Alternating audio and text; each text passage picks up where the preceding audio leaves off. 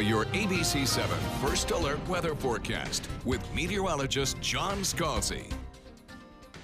So temperatures across the region are generally holding in the upper 70s most everywhere. A few kind of mid-60s, mid-70s rather, 76 in Venice, 76 in Inglewood. Northport comes in at 77 and Lakewood Ranch at 76, Parrish at 76, Bradenton 76, 78 in Sarasota.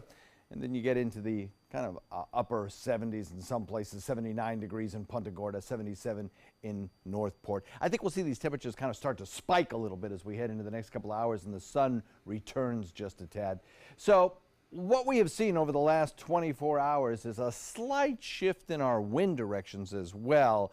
The wind's now coming out of the east-northeast at about 8. I think we'll see even a more northerly direction as we head into the afternoon. And I think a combination of that little bit of switch in the wind direction plus the cloud cover that we had to burn away, which used up some of the solar heating, will keep our temperatures today probably a degree, maybe 2 cooler than they were 24 hours ago when we hit 83 degrees. So we'll see how that plays out, but in any event, this is going to be a very subtle cool down.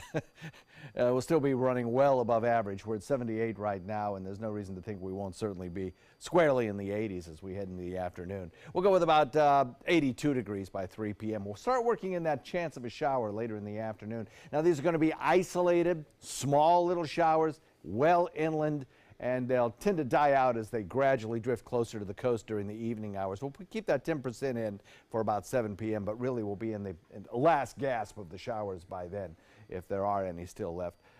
As we head into the overnight, temperatures drop down into the 60s.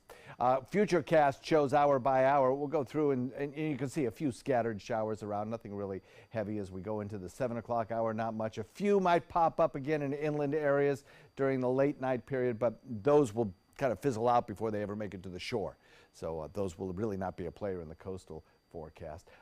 Overnight, we'll see some perhaps clearing as we head into the morning tomorrow, and it might be a little bit clearer sky. The reason for that is the frontal boundary that's kind of meandering across the area and producing those showers in parts of the deep south, the Ohio Valley, and back into the mid-Atlantic will start to decay. This front will be bridged over by this ridge of high pressure, which kind of pushed it a little bit further southward over the last 24 hours before it just stalled out. And when that happens, the front just vanishes, basically gets mixed away. And we are left with warm and partly sunny skies with just an isolated sprinkle possible and some slightly cooler temperatures. And I don't mean a big dip in temperatures. Here are nighttime lows, and I think maybe even this might be a little exaggerated and overdone. Nighttime lows will dip into the low 60s, I think. Will we see a 50? Maybe in inland areas, but that won't be very widespread. And it won't last long. By the time we get to the weekend, moisture will return and the temperatures will start to rise as we see a bit of a wind shift.